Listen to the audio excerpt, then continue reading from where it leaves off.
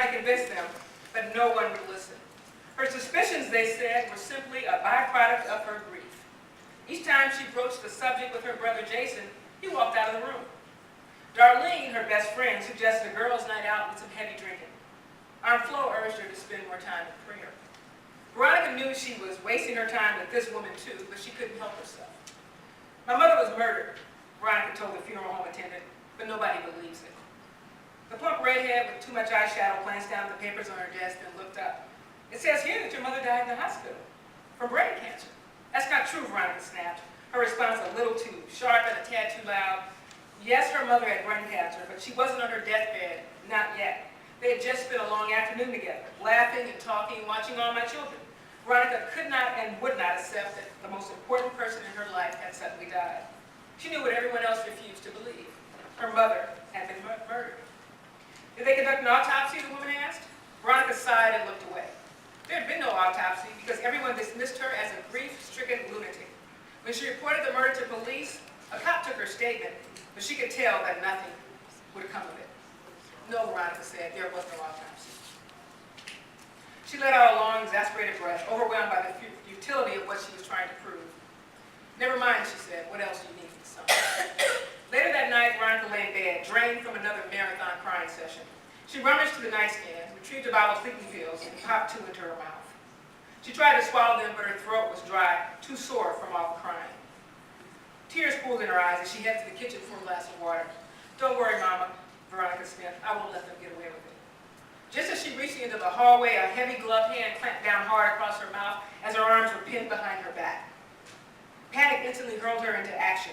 Veronica tried to scream, but the big hand reduced her shriek to a mere muffle. She frantically kicked and wrestled and twisted her body, but her attacker's grip would not yield. When she felt her body being lifted off the ground and carried back down the hallway, she realized there were 2 of them, and her terror level intensified. But so did her survival instinct. She continued to wildly swing her legs backward and forward, up and down, right and left, eventually striking what felt like a leg, then a stomach. As they crossed the threshold of her bedroom, she heard a loud, painful moan that told her she had likely connected with the groin of one of her assailants. The men dumped her face down to the bed, her arms still restrained behind her back. The big hand slipped from her mouth and Veronica's first cry escaped, but was quickly muted when a much heavy hand gripped the back of her neck and pressed her face into the comforter. Fearing her attackers were going to rape and kill her, Veronica defiantly arched her back and tried to roll her body into a tight ball. At only 130 pounds, she was no physical match for her assailants. They easily overpowered her, forcing her back into a prone position. As one man sat on her upper leg, strapping her left arm to the side, the other man bent her right arm at the elbow and guided her hand up toward her forehead. During the deepest period of her grief, Veronica had longed to join her mother, but now that she was face to face with death, and she fought valiantly for life.